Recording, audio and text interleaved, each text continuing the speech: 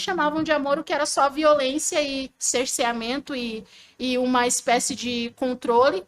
E quando ela faz isso, ela tenta contar com algumas pessoas ali que diziam que estavam com ela, mas ela vai percebendo que só estavam com o meio religioso, com quem eles mesmos já tinham contato e estavam fechando. E ela encontra, na verdade, pessoas que a acolhem fora da igreja. É onde ela encontra amigos de verdade, é onde ela encontra uma forma de conseguir viver de novo, e a partir daí ela vai aprendendo com a própria vida a viver. A Anne, ela abandona a fé no cristianismo, que é uma religião que provavelmente Jesus não se converteria, e a Anne, ela se converte à vida. Ela começa a amar a vida e a partir daí ela dá um redirecionamento para a sua própria vida. E por isso que esse livro, para mim, foi muito importante. E eu acho que hoje, falar sobre esse contexto de abuso religioso e trazer esse assunto é algo que é muito necessário. Principalmente quando a gente fala de empoderamento feminino. Na verdade, de ver a mulher, e não só a mulher, mas toda a comunidade LGBT ou várias pessoas em vulnerabilidade social que são totalmente esquecidas por esse meio religioso. A gente sempre escuta que a igreja é um dos lugares que mais ajudam as comunidades, que mais ajudam as pessoas, mas a que preço, né? Você é ajudado, mas até a esmola é cara nesse sentido. A esmola é o preço, muitas vezes, da vida das pessoas. Então, acho que a gente precisa questionar esses lugares, a gente precisa trazer a voz dessas pessoas que sofrem e que estão precisando de ajuda dentro da igreja. Porque essas pessoas não estão sendo ouvidas. Era isso. Conta a tua trajetória aí pra nós. Então, meu nome é Emily. Eu sou maranhense e eu saí do Maranhão quando eu tinha mais ou menos uns 19 anos, assim, saí da faculdade de letras. Estava fazendo faculdade de letras na época porque eu queria muito servir a Deus. Queria muito, assim, muito ser missionária na África. Eu amava isso, queria, era meu sonho. E, e aí resolvi deixar tudo e conversei com o meu pastor na época. Ele me falou de um seminário lá em Jacutinga. Vou falar o nome do seminário aqui, chama Instituto Bíblico Peniel, é da Missão Novas Tribos do Brasil. E fui para esse seminário e lá eu comecei a minha caminhada, assim, nesse cristianismo mais fechado ali, né? A missão desse seminário é uma missão que trabalha com povos indígenas. Então lá nós aprendíamos mais ou menos o regime, né? Tipo, tinha horário para tudo, os rapazes eram separados das moças, né? E eu fiquei dentro desse contexto ali por 3 anos, saí de lá, casei aí no seminário mesmo, e depois que eu casei, nós fomos para uma igreja.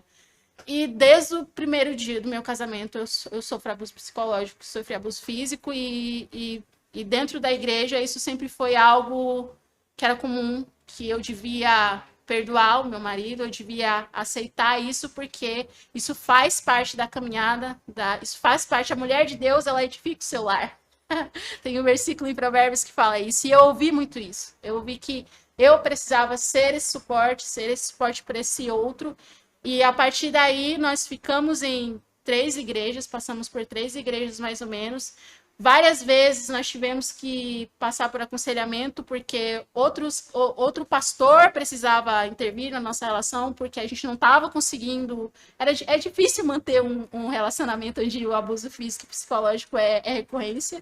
Então, a partir daí, nós saímos do ministério, ficamos só em algumas igrejas meio que ajudando.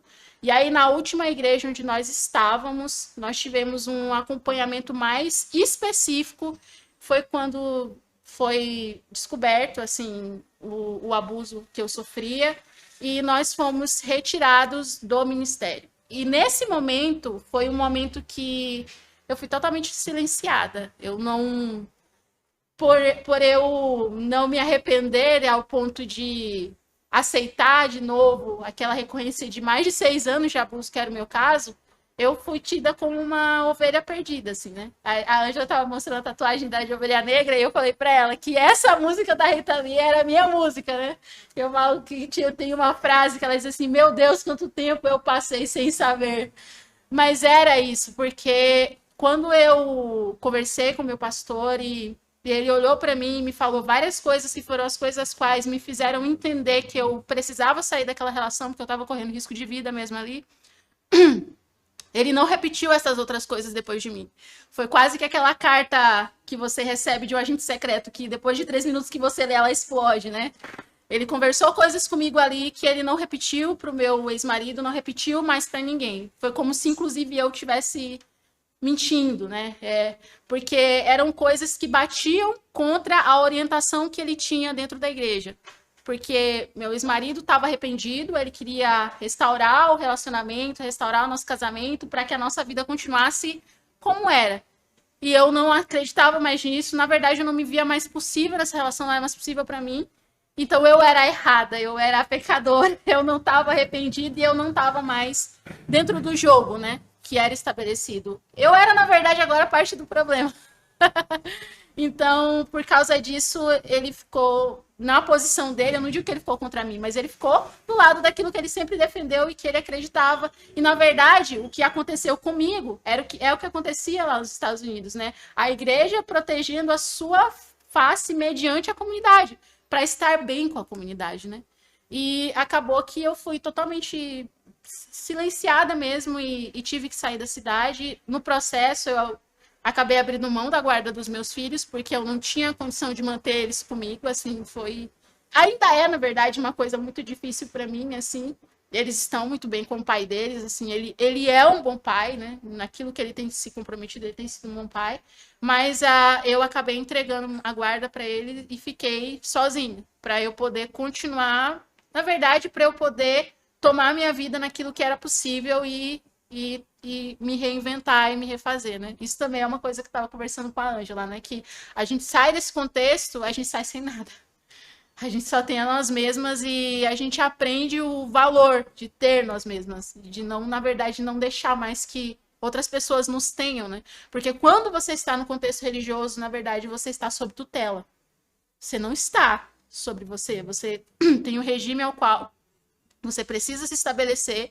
E nesses lugares, a mulher e tantas outras pessoas de vulnerabilidade social, elas não têm espaço, assim, elas não têm espaço mesmo. E aí agora estou aqui em Ponta Grossa há mais ou menos 2 anos e pouco, né? Trabalhando, consegui escrever o N nesse contexto, consegui publicar. O livro foi... O Camus fala que tem um livro dele que custou mais ou menos 10 anos de ressentimento. Foi onde ele curou o ressentimento dele, assim. E a escrita, para mim, tem esse lugar de cuidado e de cura. E de conseguir colocar para fora algo que eu sei que se eu carregar comigo só vai me comer por dentro. Então, o N é isso. O N, na verdade, é um perdão de mim mesma. Porque eu também me permiti estar nesse lugar de violência. Eu também estive ali e me coloquei nesse lugar de violência por muito tempo, por vários motivos que hoje eu conheço. E o N, ele é essa expiação, essa libação. E ela é uma personagem muito autobiográfica, mas também muito livre, porque tem muitas coisas que aconteceram no N que foram coisas que eu resolvi na minha cabeça e que não precisaram acontecer de fato, mas no livro existem. E por isso a história dela, ao mesmo tempo, é a minha história, mas não é. Ela é um personagem muito, muito ela, assim. Então, o N é esse lugar, ele é esse livro e foi a vida mesmo que me deu essa possibilidade de publicar, porque por um tempo eu não pensava nem em publicar, assim. Eu escrevi por uma treta comigo mesma, coisas que eu precisava resolver, assim, que eu precisava espiar em mim para eu poder seguir minha vida, assim, diante de mim, me olhando no espelho, né, me olhando e me perdoando, assim. E eu pude colocar isso nesse livro, então o livro é isso. Publicar no Brasil e Portugal, como é que é? A editora Atlântico foi uma editora que me abraçou, assim, né? Tipo, óbvio, né? Tipo, teve um curso meu e da editora também, mas eles me abraçaram, acreditaram na ideia, assim, gostaram bastante do manuscrito, me deram muita força para publicar. E aí, a partir daí, nós tipo, fizemos um acordo e eles resolveram publicar aqui em Portugal. E aí, para mim, foi super legal. Na verdade, foi um processo, quanto mais ele foi se mostrando, mas eu fui ficando, cara, que massa! Que legal! Mas eu mesma não esperava muito do N em si, sabe? Ele, na verdade, é uma ferida que, ao invés de sair infecção, saiu um livro, assim. Na verdade, que ele é isso para mim, assim. O N, ele é essa ferida que saiu um livro, assim. Tem um recado aqui de Barbie, deve ser Bárbara, né? Dizendo que Emily é uma mulher muito fodona e conseguiu sair dessa merda toda. Então, é isso, né? Muito obrigado por ter aceitado o nosso convite. Eu que agradeço. E eu não sei se alguém tem alguma pergunta. De repente, a gente já passa para outros testemunhos aí. Uhum. Vai pegar, Angela?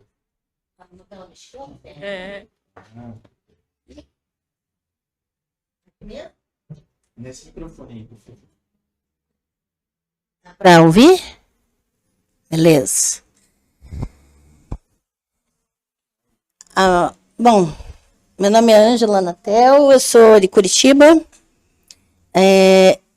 tenho 44 anos e desde pequena eu cresci num lar cristão, né? A minha mãe tá ali, tietando.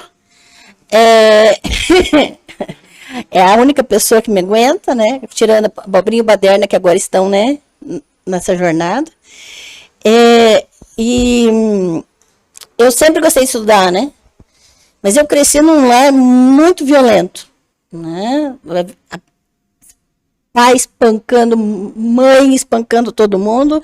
Então, a figura feminina sempre, na minha cabeça, era a vulnerável, era problemática, né? E aí é muito interessante que isso fez com que eu abraçasse o estudo. A escola, o estudo e os livros eram a minha vida, né? No meu primeiro dia de aula, eu lembro, meu primeiro dia de aula, na primeira série, eu cheguei em casa e eu disse para mim mesma, eu quero ser professora. E assim, para mim foi um troço muito louco, porque toda a violência que eu cresci sofrendo em casa, eu não sabia o que eu estava fazendo na época, mas eu estava compartimentalizando a vida. Para poder ter uma vida na escola, ter uma vida com os livros, né? E isso fez toda a diferença em como eu comecei a entender as coisas, até mesmo no ambiente religioso. Porque quando eu chegava na igreja, eu queria o quê? Eu queria os livros que tinha que ler. Então, com 11 anos, eu tinha lido a Bíblia inteira de Gênesis e Apocalipse. Então, era um troço assim, para ler, eu vou comer o livro, né? E ler assim um negócio muito doido para mim. A minha relação com os livros é uma questão muito interessante. Ela me constitui, né? Essa relação.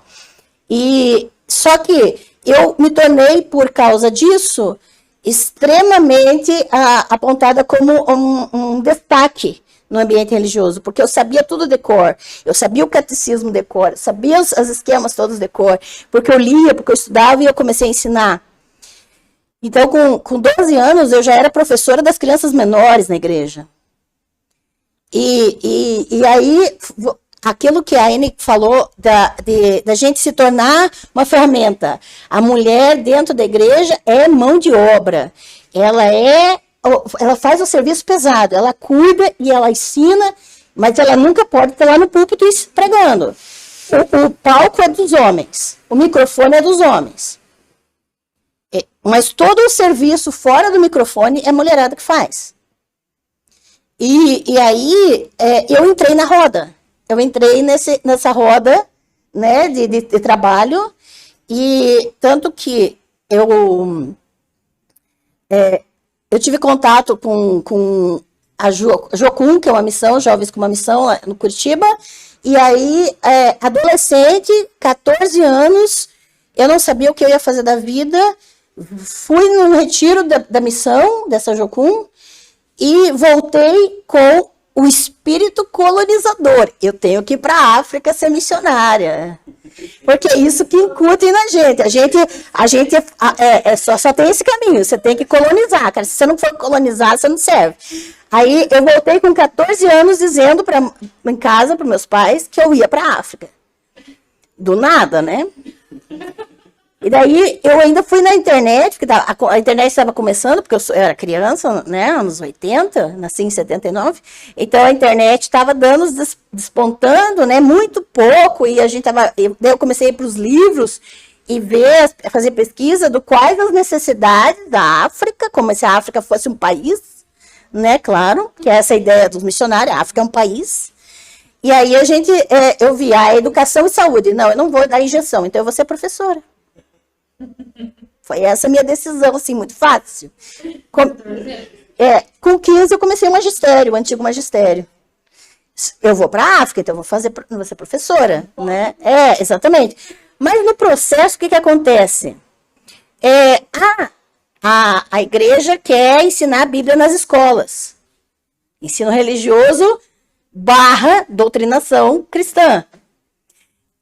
Com 15 para 16 anos, me tornei uma professora de ensino religioso numa escola pública em Curitiba, com 14 turmas de pré, primeira e segunda série. Eu tinha 15 para 16 anos, ensinando Bíblia na sala de aula. Não, o buraco é mais embaixo. Entendeu? Porque foi isso que aconteceu. Eu tenho até declaração da escola pública que eu estudei naquela escola e depois fui professora de ensino religioso lá com 16 anos, ensinando Bíblia. Então, era aquela coisa, eu ouvia, assimilava e repetia. Hoje eu sei, porque eu recebi em 2021 um diagnóstico de autismo de nível 1 de suporte. Eu sei muito bem repetir um discurso. Eu sei muito bem repetir todo um sistema dentro de outro. Então, tudo que eu vi e aprendi, eu só repetia. Era fácil. E eu me tornei engrenagem, só que eu produzia muito. Eu tinha 14 turmas com 16 anos. E foi uma loucura. Aí, depois que eu terminei o magistério, um ano antes de eu terminar o magistério, o que acontece? Eu vou tentar resumir, porque a novela é mexicana mesmo, gente. Um ano antes de eu terminar o magistério, eu comecei a enviar cartas mesmo, porque, né, não tinha WhatsApp, carta de correio mesmo. Né? Eu escrevi cartas para todas as agências missionárias no Brasil. Todas. Eu fui atrás, tinha um livro do Edson Queiroz lá, Igreja Local e Missões. No final do livro tinha endereço de todas as agências missionárias fundadas no Brasil. Eu escrevi para todas elas, dizendo que eu queria ir para a África e o que eu podia fazer. E depois de um tempo eu comecei a receber as propostas. É uma menina querendo ser missionária?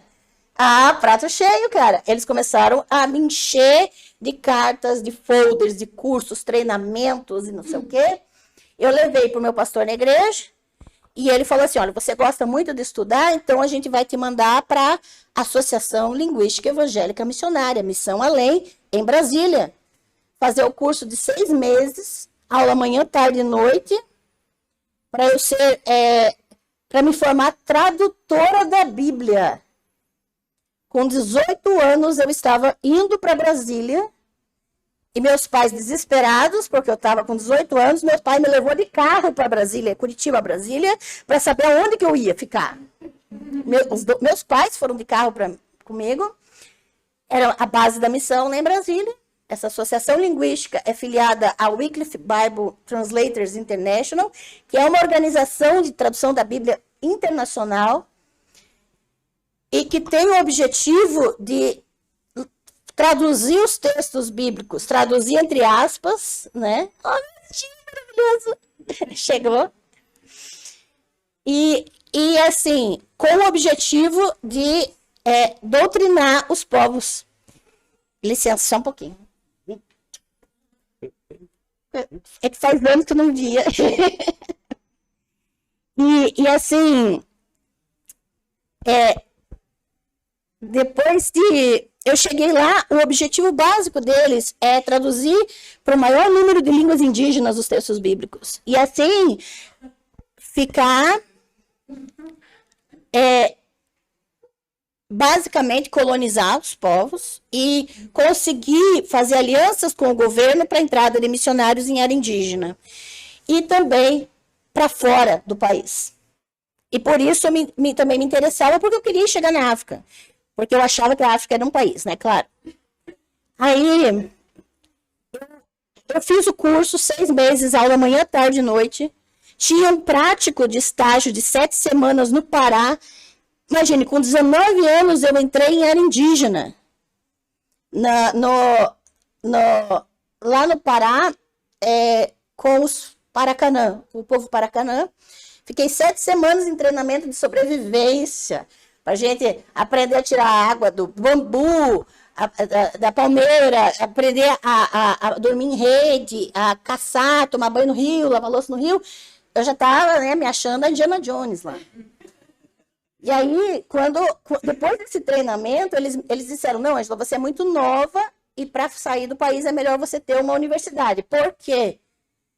Porque os países que têm cuidados para não deixar entrar religiosos fazerem missão nesses países, os missionários orientam a gente a ter uma profissão e entrar como profissional, visto profissional, que é uma que eles chamam de estratégia, para conseguir burlar o governo para levar a missão para dentro do governo.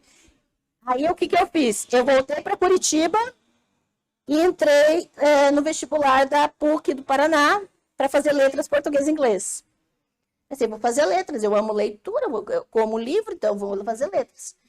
E também por causa do curso de linguística que eles dão lá na missão, que a gente pega uma base linguística e acha que sabe traduzir para tudo quanto é língua, né? E detalhe, os missionários falavam assim, não, vamos traduzir a Bíblia, mas não sabia nem hebraico e grego, que são as línguas que os textos foram escritos, basicamente. Então, pega o texto em português, que já é uma interpretação, porque toda tradução é uma interpretação, e é uma interpretação conduzida teologicamente, ou seja, conduzida ideologicamente, e aí eles pegam essa interpretação e interpretam de acordo com a sua doutrina para os povos, tanto indígenas quanto povos de outros países, né? Também povos originários de outros países.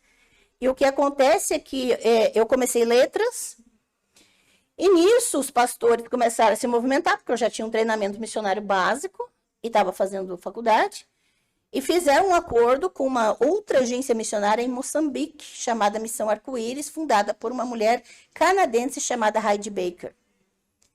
E ela fundou lá, e ela tirava as crianças da rua, e acolhia crianças, principalmente com HIV, e ela montou em Moçambique, na capital, em Maputo, uma instituição não só de tirar as crianças, mas de doutrinar as famílias e treinar pastores nativos. E quando eles fizeram um acordo, e um ano antes de eu me formar, me enviaram para lá para ficar 1 ano em Moçambique. O objetivo que eles me contaram depois é que eu fosse para lá, visse que era muito punk, voltasse, não quero mais isso. Eu fui, passei 1 ano lá, eu pegava as aulas de todos os professores que não queriam dar aula, eu pegava as aulas deles para dar, eles, não quero dar aula hoje, tá, Ângela, dá. E eu dava quase todas as matérias, todos os dias, eu trabalhava manhã, tarde e noite lá também. Escrevi um livro bilíngue lá, de discipulado, de doutrinação, né? Coisas que eu carrego até hoje como... nunca vou conseguir desfazer essas merdas que eu fiz, de querer mudar a cultura dos outros e tirar a identidade das pessoas, de recriminar a outra cultura porque são diferentes da nossa, de querer enfiar uma religião para um povo e convencê-los que eles não são suficientes para ter dignidade na vida se não se dobrarem a essa religião. E quando eu passei esse ano lá, voltei, terminei letras, e voltei para Brasília na base da missão, passei um ano lá, tipo, eu vou ficar um ano como voluntária, e ali começou a loucura, porque eu me tornei missionária oficialmente, dependendo do sustento das igrejas e de outros cristãos. E a partir daí, eu fiquei 25 anos como missionária. A gente se vê porque eu mudo para cá, viu? Tchau, mãe, se cuida. Tá tudo bom.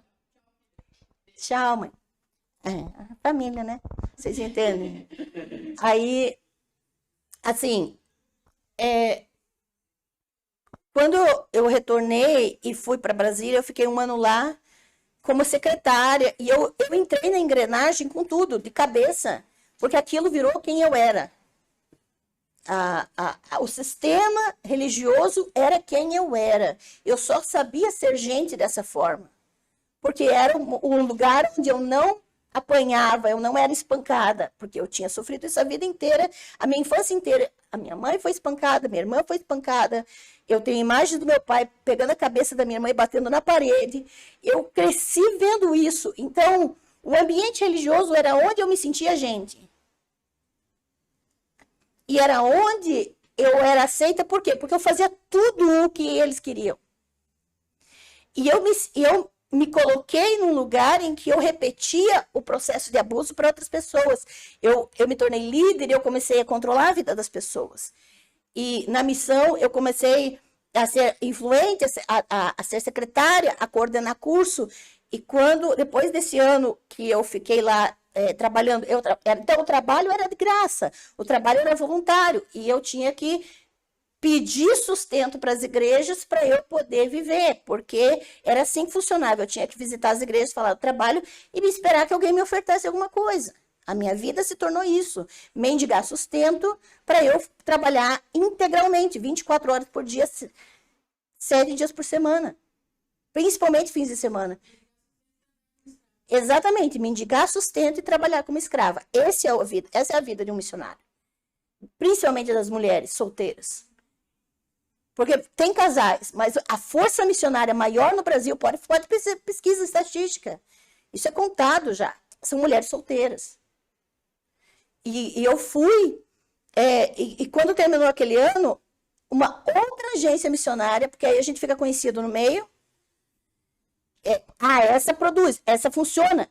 Outra agência missionária, a Junta Menonita de Missões Internacionais, porque eu era de uma igreja menonita, eu estou botando os nomes tudo mesmo, porque são tudo trabalho escravo, tudo que transforma a gente numa máquina de fazer colonizados. É isso. Não tem, eu não tinha vida, era isso. E eu só me sentia realizada porque eu fazia parte desse sistema, porque eu não conhecia uma outra vida em que eu não apanhasse. Então, esse era o lugar que eu me sentia gente. E é assim que eles conseguem recrutar as pessoas. Fazendo elas se sentirem especiais e úteis. Ainda que essas pessoas tenham que mendigar para comer. E se tomar um sorvete, não pode nem postar uma foto, porque senão cortam o teu sustento, porque você está esbanjando o dinheiro da igreja. É assim que funciona. Você não pode nem tirar uma foto que você foi no cinema, porque isso é esbanjar dinheiro da igreja. E aí... Tanto que a minha mãe mesmo compartilhou agora há pouco, né? Contou para Emily que por eu postar uma foto de eu indo no cinema, me cortaram na hora o dinheiro que estavam prometendo para mim, o meu sustento. E aí desespera, porque você tem conta. E não as contas que eu faço hoje dos 500 livros do Marcos aqui do Restolho.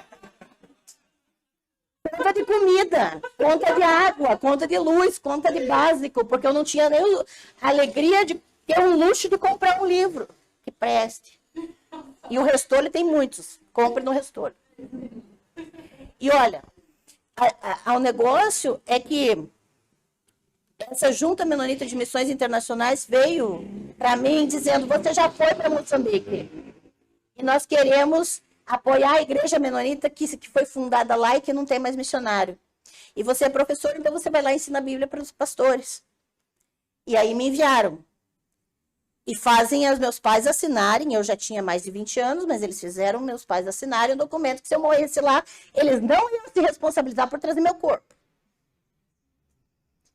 E isso foi um choque para os meus pais. Eu tinha 24 anos e eu viajei sozinha para Moçambique. Eu tinha 24 anos quando eu fui a primeira vez sozinha trabalhar naquele lugar de crianças. E depois eu voltei em 2006 para o norte de Moçambique, não era mais na capital, para apoiar essa igreja menonita que foi fundada lá. Não tinha nenhuma estrutura, eu tive que chegar, alugar uma casa e começar do zero. Não tinha, eu era a única branca da cidade. Aluguei uma casa e consegui acordo para dar aula numa escola pública nos fins de semana. E eu dava aula o sábado das 8 da manhã às 5 da tarde e não almoçava porque eu não tinha dinheiro para comer. E os alunos não tinham dinheiro para pagar o curso, os materiais, eu tinha que fotocopiar os materiais para eles. Então, às vezes eles me pagavam em banana, que era o que eu almoçava no dia. E eu fiquei lá em Tete, no norte de Moçambique, e um dos meus alunos, porque tinha alunos de pastores das igrejas locais, todas evangélicas, e tinha os cristãos das igrejas, né? Que eram os nativos moçambicanos. E um dos meus alunos era um nigeriano, que tem muitos nigerianos em Moçambique, eles vêm para, geralmente, negócios de carro, de automotivos, né? Essas coisas. E daí ele começou a dar em cima de mim. Eu tinha 28 anos. Eu era solteira. E quando começa nessa idade, a gente já está pressionado por ser solteirona. O ambiente religioso faz isso. Você tá velha e está solteira. Você tem que casar. Para, né? Pra ter uma dignidade na vida. Eu estava desesperada, eu tinha que casar. E eu casei. E casei, assim, conheci ele no meio de 2006, final de 2007, casei. E, assim, até o casamento era o homem dos sonhos. E era muita coincidência, ele falava tudo o que eu queria ouvir. Né? Eu sei que isso não acontece só em Moçambique.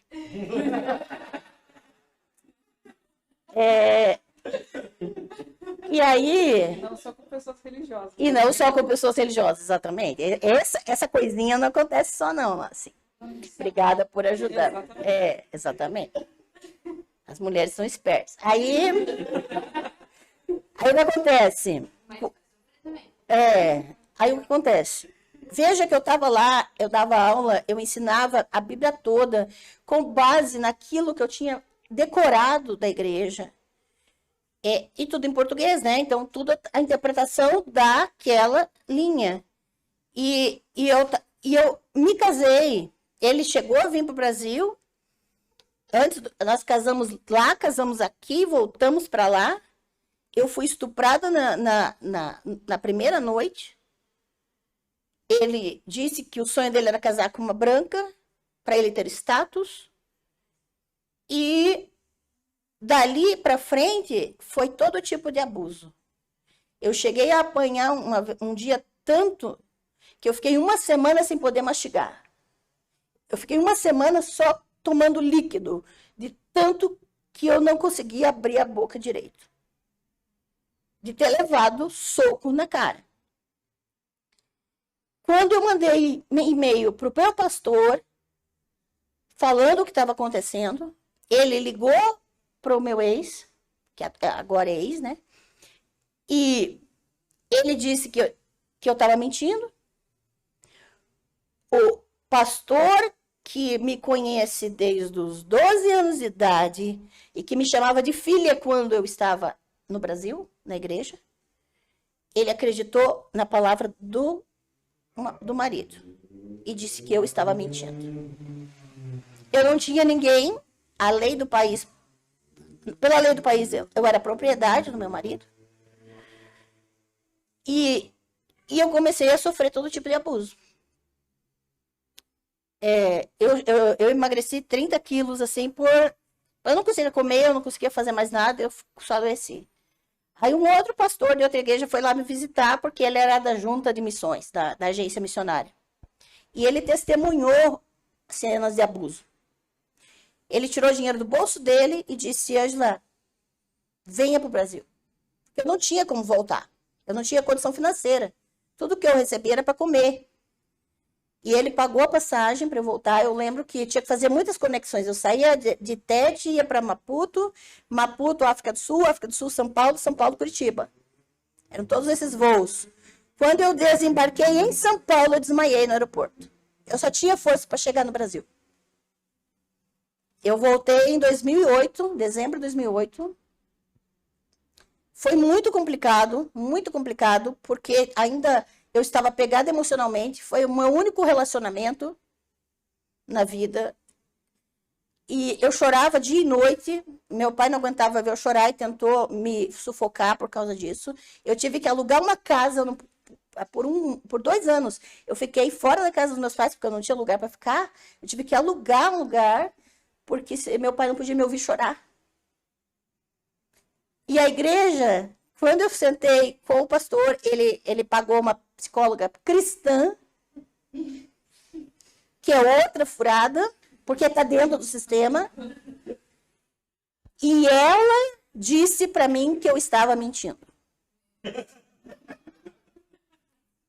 E o que eu contei para ela, ela contou para o pastor. Meu Deus. Deveriam perder a profissão.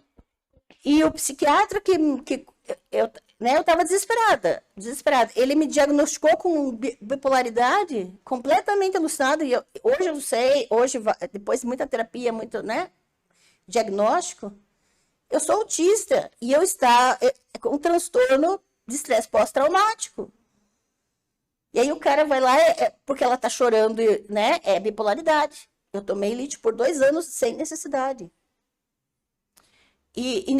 Só que quando eu cheguei, quando o pastor falou que eu estava mentindo, eu mudei para a igreja daquele outro pastor que me deu dinheiro para voltar para o Brasil. Porque eu disse, não, ele salvou minha vida, cara.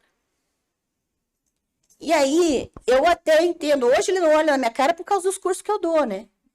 Mas assim, o que acontece? Ele sabia que o estudo era a minha vida. Ele sabia que eu me sentia gente estudando.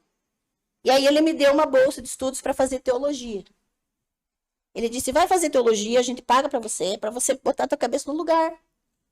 Enquanto o processo de divórcio litigioso corria, né? E eu fui, calma, tá acabando, calma, tá? Eu sei que tá longa a história. Mas fui para fazer teologia, e aí que a coisa pegou. Porque eu comecei a ouvir uns negócios. Peraí, mas isso é doutrina da igreja, mas isso foi inventado. Tá, isso não tá no texto bíblico. Peraí. O texto bíblico foi escrito em hebraico, grego e aramaico. Eu não sei essas línguas. Então, tudo que eu fiz até agora foi um telefone sem fio. Então, eu vou estudar hebraico, particular. Fiz 3 anos de hebraico particular. Comecei a estudar grego. Aramaico se você sabe hebraico, você pega o aramaico fácil. Aí, eu vi que tudo era mentira. Aqueles textos não têm nenhuma relação com a nossa vida hoje. Aqueles textos foram escritos num momento histórico, momentos históricos específicos, e eu comecei a ler a Bíblia e pensar, eu não sei nem o que a Bíblia é, porque tudo que eu fiz foi repetir dogma. Foi repetir o sistema. E tudo que falaram para mim, a partir do momento que eu peguei minha certidão de divórcio, eu virei uma pecadora. Eles nem olhavam mais na minha cara. Eu não servia para mais nada. Então, o combustível esgotou quando eu não prestava mais. E aí eu comecei a questionar. E eu ainda tentei ir para uma linha progressista. E dizer, não, Jesus é legal. Gente, não tem nenhuma evidência de que Jesus existiu, deixa eu falar. A começo de história.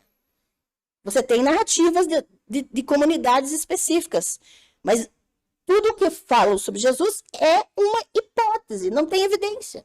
Qualquer narrativa sobre ele. Mas eu ainda tentei achar um Jesus legal que me permitisse me sentir ainda no ambiente religioso sendo aceita, sem precisar sofrer tudo aquilo. Tanto é, eu não sei se está pegando, tá? Tanto é que quando eu terminei teologia, eu já tinha conseguido a bolsa do mestrado em teologia e fui para a PUC fazer, porque a faculdade de teologia que eles me deram, é claro, era protestante, era dentro da caixinha deles, né? E quando eu consegui a bolsa do mestrado na PUC, aí eu conheci uma outra caixinha, que é da Igreja Católica. E aí eu pensei, peraí, tem duas caixinhas falando coisas diferentes, e as duas coisas não têm nada a ver com os textos bíblicos na língua em que eles foram escritos. E aí a coisa começou a ficar, a minha cabeça começou, né? E quando eu comecei a fazer o mestrado, eu também me vendi para conseguir uma bolsa lá, eu troquei meu projeto que eu queria fazer só para conseguir a bolsa, e o povo da academia tudo vendido também. E se você também não entra na roda, você também tá fora. Nossa, né, que a CAPES não me ouça, porque eu tô com bolsa de doutorado. Ó, CAPES, é só até fevereiro que eu defendo. O que acontece? A gente caga na própria vida, né? Aí, o que acontece? Quando eu estava começando a fazer o mestrado, o que eu pensei? Não, né? Tô virando gente, tô estudando, tô com uma bolsa, né? Aí eu já estava... Minha mãe deixou eu morar nos fundos da casa deles, porque eu não posso morar na casa junto com meu pai. Então eu durmo na lavanderia da minha mãe e uso o banheiro da marcenaria do meu pai. É uma vida deliciosa, né? Vocês imaginam, né? Com uma dignidade que, né, tão digna quanto na missão. De favor, e com o resto que dá, que a minha mãe faz tudo por mim, mas tem o limite do meu pai. E aí, um dia, lá na missão de Brasília, eles me ligam. Na época que eu ainda atendia telefone, né? Hoje não dou conta. Ângela, nós estamos... Uma professora que faltou, você pode substituir ela aqui no curso para os missionários, para os tradutores da Bíblia? Aquele curso que eu fiz em 98, eles agora queriam que eu fosse professora lá. E eu, né, naquela vibe progressista, né? Vou mudar o sistema por dentro. Olha a ideia genial que a gente tem, né? Vou mudar o sistema por dentro. Eu sou a Mulher Maravilha, né? E fui.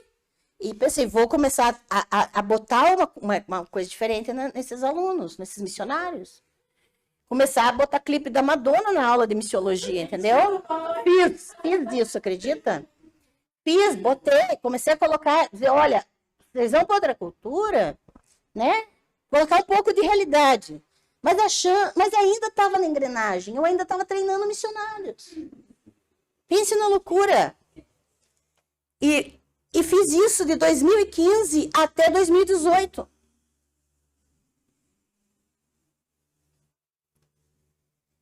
E quando chegou em 2018, eu estava tão atarefada e tão na engrenagem de novo lá dentro da missão. E só para vocês terem uma ideia, a gente mora lá, trabalha 24 horas, 7 dias por semana e tem que pagar aluguel lá. E tem que pagar água, energia, internet. E tem que continuar mendigando para as igrejas para continuar trabalhando lá como escravo. Pagando as contas, pagando aluguel lá dentro. Com milhões. Eu e o Wellington fizemos live no meu canal lá. Desculpa a propaganda, né? Mas fiz. O Wellington trouxe os dados do quanto as agências missionárias estão cooptando em dólares só para fazer esse boom. Enquanto isso, os missionários estão lá mendigando sustento. Hã? Comendo banana no almoço. Comendo banana no almoço. Ou não comendo, né?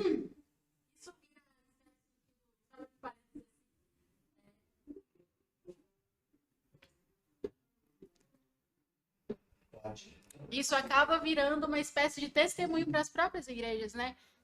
A Ângela estava assim, eu conheci missionários que estavam nos Yanomamis, conheci dentro do seminário mesmo ali, né? E a gente ouvi uma vez um missionário falando, não tinha nada para comer. E aí eu orei, e aí veio um cacho de banana pelo riacho e a gente almoçou.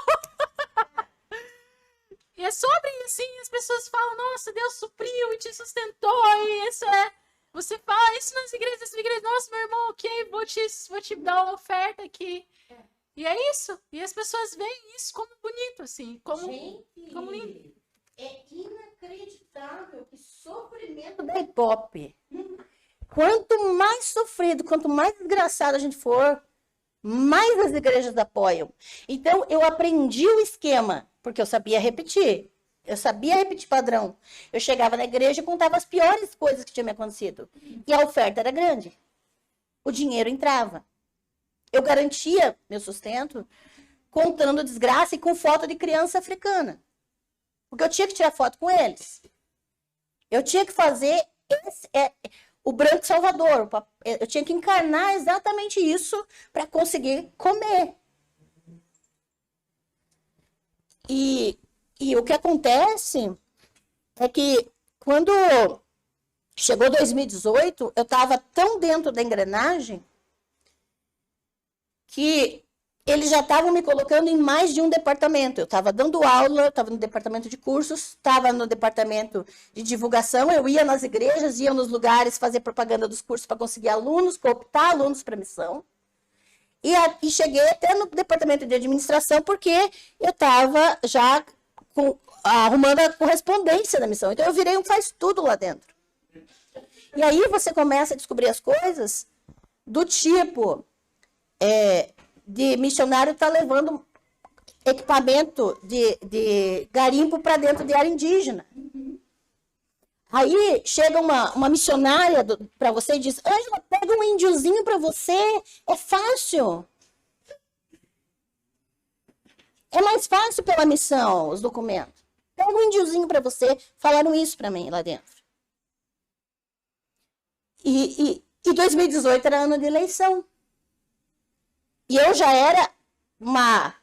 Cara, eu sei que o choque, tá? Crente, anarquista, progressista. Eu já era, né? Eu já estava me achando. Eu vou mudar esse lugar. E aí era bandeira do Brasil para todo quanto é lado, em 2018. E era só arma para todo quanto é lado. E eu e mais uma missionária que começamos, ela é marxista, e nós duas a gente se sentiu um peixe fora d'água ali dentro. E a coisa começou a ficar pior, insuportável, porque começaram a encher nossa paciência. E a gente era as que mais trabalhava ali, e as que mais era medicada também, porque ninguém queria se tratar, só nós duas. E aí, quando acontece esse negócio, eu entrei em desespero, porque a secretária executiva já estava o tempo todo me chamando no escritório dela, dizendo, eu vou ter que ligar para o seu pastor, porque você não está entrando nas regras, você não participa das reuniões de oração, você não... Sabe aquela coisa de você trabalha o dia inteiro e você ainda tem que entrar no jogo e fingir que você está orando, porque eu nunca gostei de orar. Eu orava por escrito porque eu não tinha paciência, cara. Minha devocional, quando eu estava trabalhando com a Jucum, era tudo por escrito. Porque eu não tinha paciência de ficar falando. Não tinha, nunca tive. Cara, orar e cantar na igreja, para mim, sempre foi terrível. Mas eu nunca podia te dizer isso. Tá louco? Isso aí é heresia, né? Falar uma coisa dessa. E aí o negócio ficou tão difícil que eu pensei, eu vou ter que fugir de novo. Eu fugi do meu casamento. Eu vou ter que fugir de novo. Eu não tenho como enfrentar esse povo.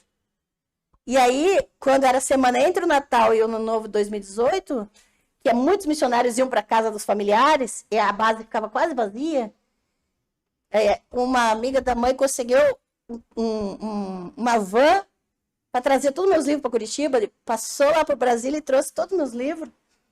Eu peguei minhas coisas, peguei o ônibus e vim embora. Eu vim de ônibus, que era mais barato. Vim embora e não avisei ninguém. Eu larguei tudo. Não larguei os livros, claro.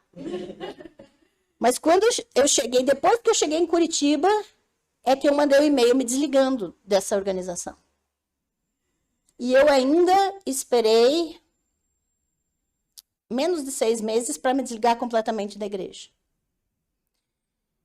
Mas eu ainda participava dos anarquistas progressistas crentes. Fiquei de 2019 a 2020 nisso, né? Porque eu estava... Parte dos 6. Dos 6, achando que era a minha... Cara, é outra seita. É uma seita isso. Progressista, cara, é para manter você na roda sendo abusado. Progressismo é isso. Para te manter na roda. Criando um Jesus bonzinho, simpático, para continuar te convencendo de que é possível você ficar ali dentro. E para continuar mantendo as mulheres submissas ao sistema. Porque o líder progressista também é um cara, né? Imagine. É o cara, né? Você tem que estar na linha dele para você funcionar. E o que acontece? Em 2019 eu consegui, por causa de todo o meu currículo, me chamaram para dar aula de grego e hebraico na Faculdade Teológica Menonita, né? Então eu fui, nossa, eu vou ser professora de faculdade, né? Aquela coisa arada toda. Mas eu estava dentro do sistema por causa do meu currículo. Aí eles até suportaram as minhas tatuagens, porque eu comecei a fazer tatuagem depois que eu me divorciei, né? E porque eu preguei de púlpito que tatuagem é pacto com o diabo. Falei que o buraco era mais embaixo, cara. Eu preguei isso. Então, quando eu divorciei, que eu fiz a minha primeira tatuagem. Nunca mais parei, né? Assumi, o pacto tá completo agora. Disciplinado por causa disso, por causa da minha primeira tatuagem, disciplinado por isso. Não, eu me excluí sozinha, né, cara? Não deixa pra lá, né?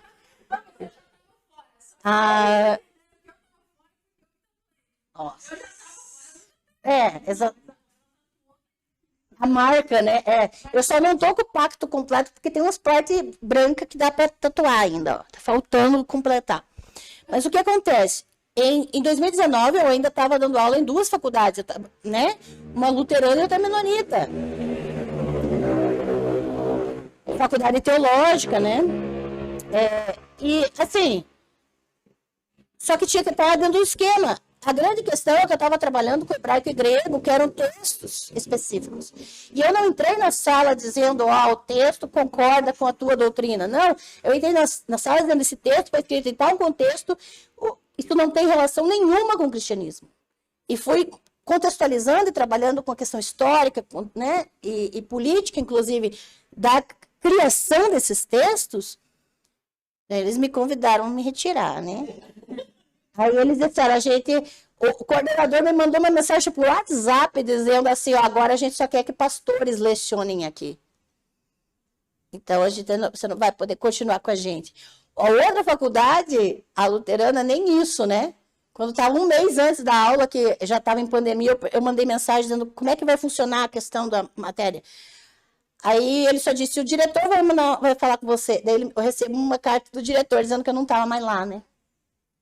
Foi assim, cara. Só que no fim de 2019, eu tentei o doutorado. E eu já queria ir para o doutorado com um professor, o meu orientador atual, que trabalhava com o culto a Deus Axerá. Deus abençoe a CAPES. Pronto, fiz. O que a gente não faz para pagar os livros, né? Aí eu devo ter ficado vermelha. Aí o que acontece? Eu queria fazer essa pesquisa, né? E eu entrei e consegui a bolsa, a melhor bolsa que tinha na época. E consegui entrar e entrei na área de exegese bíblica, que é a interpretação desses textos, que é estudar o sentido, só que a minha linha de pesquisa, o que aconteceu? Quando eu comecei a pesquisar, o estudo me trouxe de novo para a vida. Por quê? Porque eu comecei a descobrir as coisas e hoje é o que eu falo no meu canal, nos meus cursos, a gente só tem autonomia quando tem informação. Se a gente não tem informação, a gente não tem nenhuma variável para tomar decisões. E quanto mais informação eu comecei a ter, mais eu consegui começar a dizer não para as questões e consegui me desligar, inclusive, dos progressistas, porque também são abusadores, porque eu entrei numa onda de pastor progressista querer que eu produzisse conteúdo para eles, os inadequados aí, e aí, pronto, virei outra máquina de produzir coisa, e se eu não concordava ou não gostava de alguma coisa, eu era louca. Era gaslight em cima de gaslight lá. A louca sou eu, não, eu que estou dando chilique. Né? E quando eu decidi, eu preciso dizer exatamente, eu fiz lockdown completo, meu pai continuou indo pescar com os amigos, trouxe Covid para dentro de casa, eu fui para UTI e fiquei 14 dias lá, porque eu tenho asma. E eu lembro de estar na UTI alucinando, e eu usava uma cruz de prata, e na hora eu tive que tirar para entrar na UTI, né? E quando eu estava naquela cama de UTI, eu pensei exatamente isso. Por que é que eu uso essa porra dessa cruz ainda? Ela não faz sentido nenhum para mim. Ela não significa nada. Porque se o povo estudasse, tivesse um pouco de honestidade com o que lê, com o que fala, iria entender que se Jesus existiu, ele foi crucificado, ele era um terrorista para aquele império. E não tem nenhuma relação com Jesus da Bíblia. Sim, ele existiu. E aí eu comecei a entender o que é ciência. Porque eu comecei a entender que o que é falar com base em indício e evidência. Com base em hipótese. Separar essas três coisas. E comecei a perceber que, a partir dali, eu tinha que começar a construir a minha vida com autonomia. Eu sou autista de nível de suporte 1. Eu não sou completamente independente. Por isso que eu estou no fundo da casa dos meus pais e eu estou vindo, né, sendo acolhida aqui pela Abobrinha, pelo Baderna, pela Monstro. Eu não sou completamente independente, eu não tenho condições de morar completamente sozinha. Mas eu tenho autonomia para decidir sobre o meu corpo, sobre a minha vida. Porque eu tenho informação suficiente para isso agora. E eu preciso dizer que foi incrível encontrar a Emily, porque a gente saiu do mesmo buraco. A Missão Novas Tribos e a Missão Além é a mesma porcaria, é o mesmo lixo colonizador e abusador e criador de escravos lá dentro. Que se nós dizemos um não, nós somos o diabo. E eu pensei que a minha vida tinha acabado. Quando eu saí da UTI, eu não tinha mais perspectiva de vida. Eu ficava contando com falta um mês a menos para acabar minha bolsa. E depois eu não sei o que eu vou fazer na minha vida, porque eu não sei. Eu vivi a minha vida inteira como escrava, missionária, eu não sei fazer outra coisa. A gente perde até mesmo a experiência de trabalho que as pessoas têm na vida. A gente não tem. A gente deu a vida inteira para isso. E aí, como que a gente vai arrumar um emprego? Como que a gente vai fazer algo, construir algo do zero? Porque eu nunca construí nada para mim. Nada. E de repente, foi o gerente da Voz, desculpa, outra editora, né? Desculpa aí. Mas a Voz, né? Lá de Curitiba, da livraria, a gente ficou muito amigo. Porque eu passei 3 anos do meu aniversário na Voz, ficava na livraria o dia do meu aniversário, no meio dos livros, porque se tornou um lugar em que eu me sinto segura, no meio dos livros. E aí eu fiquei muito amiga deles e ele disse assim, Ângela, faz um curso online. Você tem muita coisa e você precisa ensinar isso. Calma, eu tô acabando, tá? E em janeiro do ano passado, de 2022, eu criei um curso, ele organizou, ele conseguiu as inscrições, aquela coisa toda. Criei um curso de 30 horas de férias, com certificado, porque eu criei um MEI aí, e dei o curso. Cara, o curso está gravado no meu canal, gratuito no meu canal, está disponibilizado. Mas vocês vão ver, o curso inteiro eu tô de pijama e camisola. Por quê? Porque eu dei o curso assim, tipo, eu vou fazer o que eu tenho, do jeito que eu sou e o que eu posso. E trabalhando os textos, sem dogma, sem religião. O texto no contexto de escrita, analisando o contexto histórico, sociopolítico, analisando a arqueologia, trazendo informação. E aí os alunos, Ângela, faz um outro curso sobre isso. E aí eu fiz o curso sobre a deusa Xerá, e o Baderna foi meu primeiro aluno. Ele foi o primeiro a comprar o curso. 50 é o curso, gente. Poxa, não é nada, né? Ó a propaganda, os cartãozinhos estão ali na mesa. Aí assim, fiz outro curso. Faz um curso sobre isso. Todo mês eu comecei a lançar curso. E tudo com aulas gravadas, o pessoal assiste quando quer, certificado, atendimento, tudo. E aí eu comecei a fazer cursos de livro por livro da Bíblia, trabalhando o texto a partir do hebraico, mostrando, isso aqui não tem nenhuma tradução certa. Nenhuma. Porque todas são feitas para agradar as agências patrocinadoras dessas traduções. Então tem que se adaptar à teologia dessas organizações. E você não tem uma tradução. Uma que a Bíblia é uma invenção, ela nunca foi escrita para ser uma Bíblia. Então, foram juntados esses textos que não têm relação nenhuma um com o outro. E aí eu comecei a trabalhar nesse sentido, com pesquisa científica, com arqueologia, com história, com linguística, porque eu já estava formada em letras e tinha agora, né? E trazendo isso. E hoje tem 14 cursos prontos, gravados, sendo vendidos, né? Só entrar no Linktree. Eu tenho um trabalho autônomo que eu posso me orgulhar de dizer não é uma mentira. E eu fiz com aquilo que eu sei, com a minha consciência livre, sem nenhuma pessoa dizendo como e o que eu tenho que dizer. Eu me sinto gente hoje, porque 1 ano e 4 meses é que eu estou trabalhando como uma pessoa normal. E comecei a fazer um canal. E as pessoas estão dando retorno. Tem 3 cursos gratuitos no canal.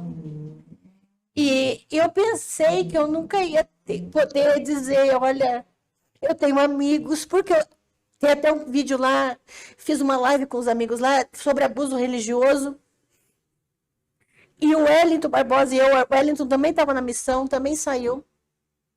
Porque eu e o Wellington caímos na mesma história da igreja progressista, que usa mulheres LGBT e negros como palanque político e para dizerem que são inclusivas. Usam essas pessoas para fazer propaganda que são inclusivas, para conseguir palco. Mas a gente continua sendo um instrumento, continua sendo ferramenta para eles.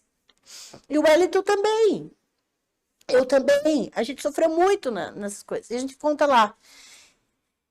E agora, a gente até fala nessa live do abuso religioso, a gente perdeu a habilidade de fazer amigos. E essa é a coisa que mais dói, porque além da questão da minha dificuldade de socializar, a gente foi tão abusado que a gente não consegue automaticamente se sentir bem perto de pessoas estranhas. E eu estar aqui no meio de vocês é porque a pobrinha e Baderna me acolheram de verdade. Me tratam como gente, não me tratam me dando regras ou dizendo que eu não posso ter uma crise quando eu estou tendo uma crise, que eu não posso chorar quando eu preciso chorar, ou que eu não posso ter um momento sozinha porque eu preciso. Encontrar monstro, encontrar vocês e poder olhar no rosto de pessoas que eu nunca vi na vida e saber que eu sou tão gente quanto vocês. Essa é a diferença que faz para a gente ter dignidade. E isso não é possível num sistema monoteísta. Porque todo monoteísmo é exclusivista. todo monoteísmo pressupõe a exclusão e a eliminação do diferente, ou a anulação do diferente, ou a assimilação do diferente. Eu reconheço a religião do outro porque o Deus do outro é o meu Deus com outro nome. Então você projeta, é extremamente narcisista.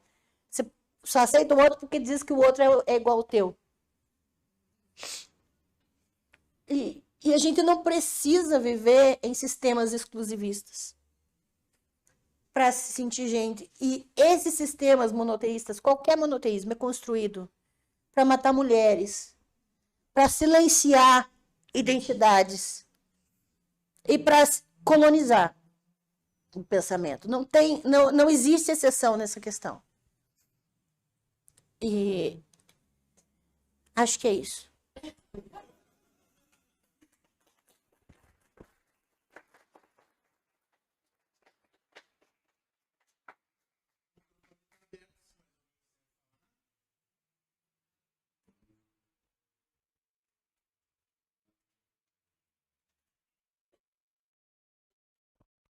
Eu sei que o tema é sobre mulheres,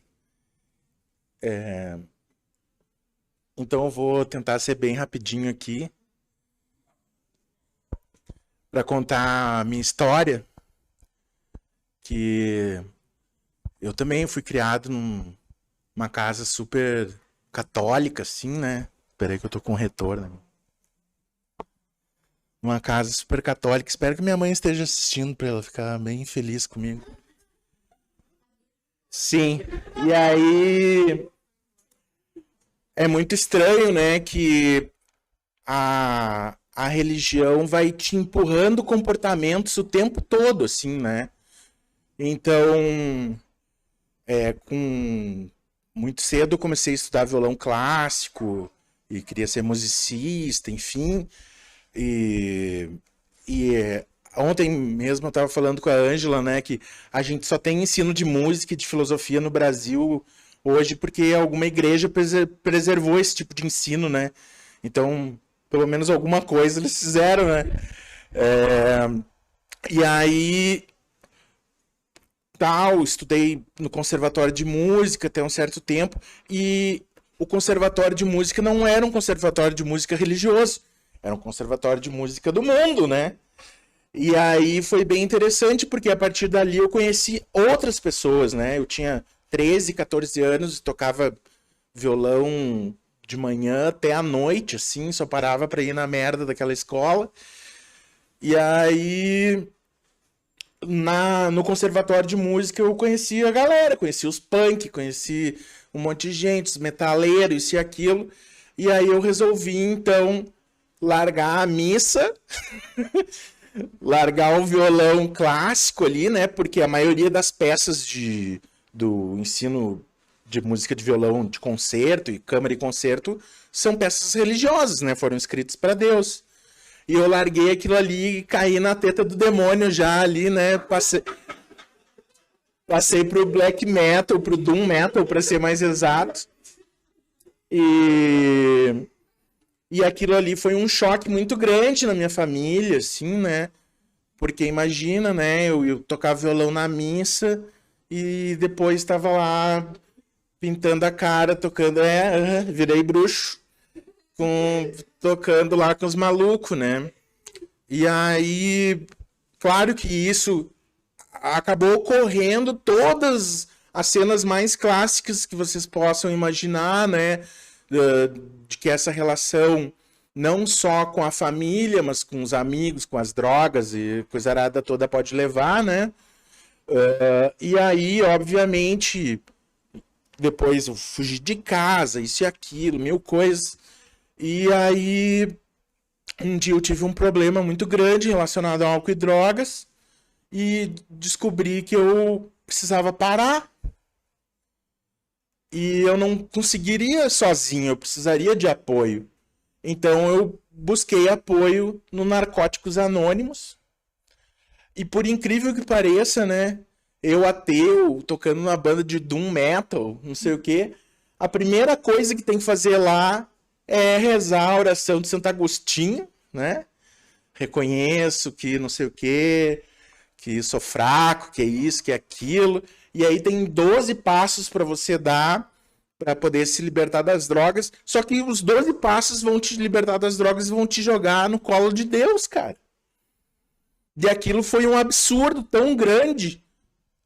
E eu não percebi, cara. Quando eu vi, eu tava tocando baixo acústico na igreja de novo, cara. Porque aquilo ali, sabe, é uma lavagem tão grande assim, cara, tão absurda, sabe? De te dizer assim que, não, você tava no mundo, você tava jogado, você olha o que você tava fazendo, vem aqui todo mundo é irmão, aqui todo mundo é amigo, aqui todo mundo te quer bem, aqui, mas bota uma manguinha aí pra cobrir as tatuagens, sabe? E assim vai, sabe? Até eu perceber que aquilo ali também não era bom, sabe? E aí eu tive, então, que excluir essa coisa toda da minha vida de novo e enfiei a cara em outra droga, que é o trabalho daí, né? Aí comecei a trabalhar, feito louco, e aí consegui, escapei das drogas, escapei de Deus e só não escapei do black metal, né, cara, que eu continuo ouvindo. Então é isso, esse é o meu testemunho rapidinho aí, só para dizer assim que existem diversas formas de opressão que a família coloca e muitas vezes sem perceber, né? Mas porque elas já estão doutrinadas naquilo ali, né? Já são diversos séculos ali de doutrinação nisso, né? Então, alguém mais? Posso recomendar um negócio? Vai lá. Não posso esquecer de mencionar a nossa sessão de cinema ontem à noite, né, Abobrinha? Ontem eu e a Abobrinha, a gente se mocou aqui no computador e a gente acabou assistindo um filme que eu queria muito assistir, mostrei pra Abobrinha, tinha visto só o trailer, chamado Entre Mulheres. É Women Talking, né? Que ganhou um Oscar esse ano, inclusive, dirigido por mulheres, e o filme é quase todo por mulheres. E eu entendo que isso tem tudo a ver com a nossa conversa hoje, porque fala de mulheres no ambiente religioso. E é baseado em fatos, né? Esse filme, então eu preciso recomendá-lo. Né? Procurem esse filme Entre Mulheres, filme de 2022, que ganhou o Oscar. É só pegar os ganhadores do Oscar lá e achar ele. Ele já não está mais no cinema, mas está nos piratão da vida aí. Mas acha fácil na internet. A gente achou, a Bobrinha achou 2 já, né? Ela é duas fácil ali. E 1h44 de filme você não vê passar e é um soco a cada minuto. E faz a gente refletir sobre todas as nuances, porque não é uma questão só de matar todo mundo que está abusando. Não é tão simples assim. Então, eu acho que é uma boa continuidade para nossa conversa aqui. Vamos encerrar com você apresentando o livro, mostrando para as pessoas.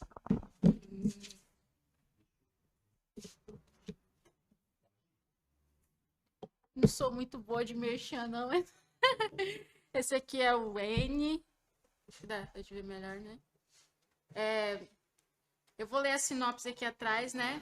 Roberto é um poeta apaixonado por N, sua musa, dando voz a essa mãe de 2 crianças pequenas, casada com o homem dos seus sonhos. Ou será pesadelo? Muito convicta e dedicada em sua crença. Ou será alguém tentando se enganar e fugir de suas dúvidas? Nessa narração empolgante de tirar o fôlego, vemos nossa personagem de uma vida regrada e penitente a experiências intensas que lhe dão uma reviravolta cheia de perdas, as quais ela precisará superar no caminho. Será que ela, essa menina que mal sabe viver, será capaz de tornar-se a mulher que precisa ser por si mesma e tomar da vida o que precisa para ela tornando-se, ao fim, a escritora de sua própria história?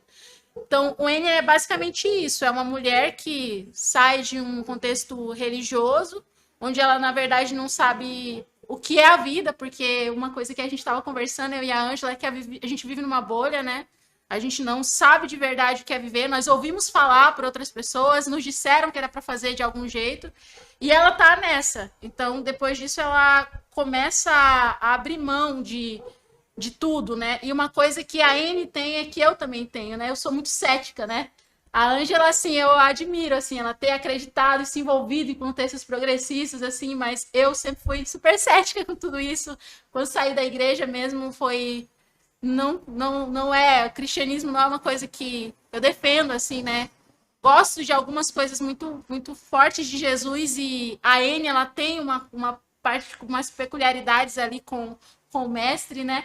Mas ela para mim, e isso é muito claro no livro, né? Ela, através da leitura do Roberto, que é o homem que gosta dela bastante, assim, ela vai fazer a escrita da sua própria história. Então, o Roberto, ele, na verdade, é um homem falando da história de uma mulher, mas a protagonista dessa história é a Anne. Se você quiser ler, tem um link aí para comprar, né? E é isso. Obrigado. Eu agradeço.